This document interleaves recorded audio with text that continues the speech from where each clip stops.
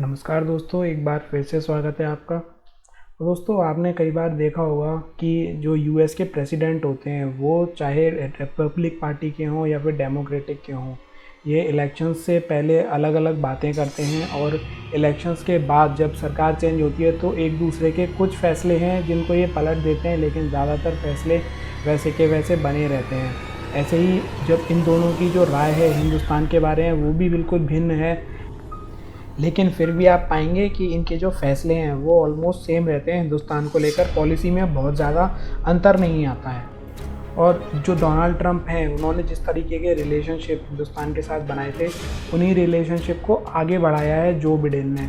ऐसा नहीं किया उन्होंने कि डोनाल्ड ट्रंप कुछ और कर रहे थे और जो बिडेन यहाँ पे आके कुछ और कर रहे हैं। उन्होंने वहीं से शुरू किया, उसी रिलेशनशिप को आगे बढ़ाया है, उसी स्ट्रेंथ के साथ आगे बढ़ाया। बल्कि जो बिडेन माने जाते थे कि वो हिंदुस्तान के अगेंस्ट रहते हैं, उनकी जो पॉलिसीज़ थी वो इंडिया के अगेंस्ट रहती हैं, लेकिन उन्होंने उन सभी बातों को दरकिनार करते हुए ठीक इंडिया के फेवर में ही कई सारे फैसले लिए हैं। यहाँ तक कि उन्होंने डोनाल्ड ट्रंप से भी ज़्यादा जो कह सकते हैं हम जो फैसले लिए हैं वो इंडिया के पक्ष में लिए हैं। तो जो यहाँ पे सोचने वाली बात यह है कि प्रेसिडेंट अलग अलग है यूएस का, लेकिन उनके जो विचारधारा है वो भी अलग अलग है, लेकिन फिर भी जब वो प्रेसिडेंट बन जाते हैं तो उनकी जो काम करने की जो शैली है वो वही रहती है। तो इसका जो मेन कारण है वो है कि उनके जो पीछे अधिकारी बैठे होते हैं वो।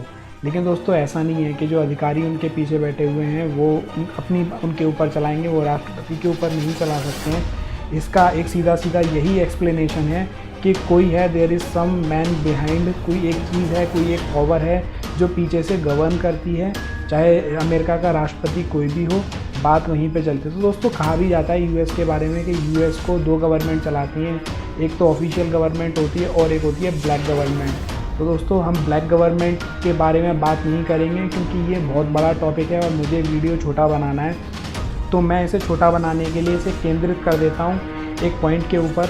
कई सारी सीक्रेट सोसाइटीज़ होती हैं, जैसे कि इल्यूमिनाटी हो गया, शायद आपने सुना होगा, और ऐसी एक और सीक्रेट सोसाइटी है स्कल एंड बोन्स, और भी कई सारी सीक्रेट सोसाइटीज़ हैं। तो ये क्या करती हैं, ये अपने मेंबर्स का गठन करती हैं, अलग अलग देश में होती हैं ये। जैसे कि जो स्कल एंड बोन्स है, इसका मैं बता दूं, इस पर मैंने ये वीडियो बनाया है कि ये येल यूनिवर्सिटी की ही एक मतलब कह सकते हैं कि अनऑफिशियल टाइप की ऑर्गेनाइजेशन है, जो कि काफ़ी सालों से लगभग 1850-1860 के लगभग से ये ऑपरेशनल है और हर बार ही अपने मेंबर्स को डिक्लेयर करती है। तो जब इस तरीके की सोसाइटीज़ हैं यूएस में और वो अपने अपने प्रभुत्व वाले लोगों को पॉलिटिक्स में उतारती हैं, तो कहीं ना कहीं ये समझ में आता है कि हाँ, जो पावर का जो सेंटर है वो थोड़ा सा कहाँ शिफ्ट हो रहा है। तो दोस्तों, ये जो येल यूनिवर्सिटी है, इसकी जो सीक्रेट सोसाइटी है स्कल एंड बोन्स, इसके बारे में बात कर लेते हैं। इसमें आपने सुना होगा जो यूएस के जो प्रेसिडेंट थे जॉर्ज डब्ल्यू बुश, आपको पिक में भी दिखाई देंगे इनकी, ये येल यूनिवर्सिटी की ही इसकी पिक है। और जॉर्ज बुश ने भी स्टेटमेंट दी है कि वो इस सीक्रेट सोसाइटी के मेंबर रहे थे। ये ऑफिशियल स्टेटमेंट है, ये आपको विकीपीडिया पे मिल जाएगी। और इसके काम क्या रहते हैं मैं आपको बता देता हूँ शॉर्ट में, कि इन सीक्रेट सोसाइटीज़ की मीटिंग्स होती हैं, जो एनुअल मीटिंग्स होती हैं, वो अलग अलग जगह पर होती हैं, अलग अलग होटल्स में होती हैं, अलग अलग डेट पे होती हैं, उनकी टाइमिंग डिसाइड होती है।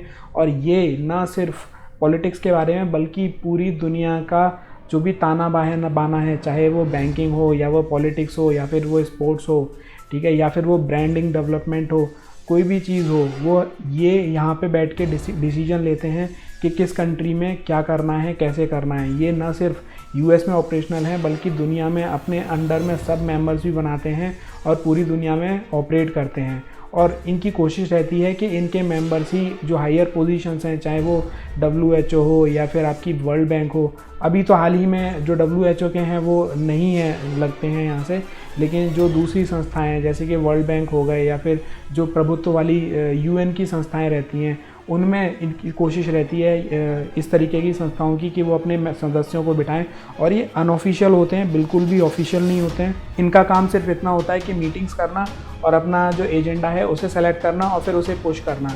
तो दोस्तों, जो दुनिया है हमारी, हमें लगता है कि हमें न्यूज़ देख रहे हैं, हमें पता लगता है कि ये ऐसा हो गया, वैसा हो गया, लेकिन कई बार हमें समझ में नहीं आता कि यार ये आदमी तो ऐसा था, इसने ये वाला डिसीजन क्यों ले लिया। तो उसके पीछे ठीक यही कारण है कि इस तरीके की सोसाइटीज़ हैं जो कि वेल मैनर्ड में ऑपरेशनल हैं, पूरी दुनिया में काम करती हैं और न सिर्फ वो अपने हाँ, और ये भी नहीं कह सकते कि वो अच्छे हैं या बुरे हैं।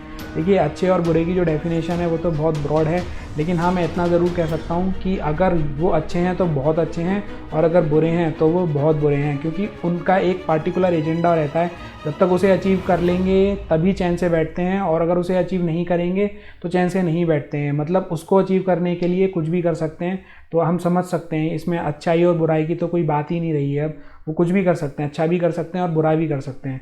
तो दोस्तों, इससे आपको समझने में आएगा कि ये जो दुनिया है जो चल रही है, बैकडोर के लोगों से चल रही है, पीछे जो लोग बैठे हुए हैं वो चला रहे हैं, और सिर्फ जो अलग अलग देशों के राष्ट्रपति प्रधानमंत्री होते हैं, सिर्फ वही उन अपने देश को नहीं चला रहे होते हैं। उनके पीछे एक बड़ा समूह लोगों का बैठा होता है, बहुत इंटेलिजेंट लोग बैठे होते हैं, वो चला रहे होते हैं कहीं ना कहीं।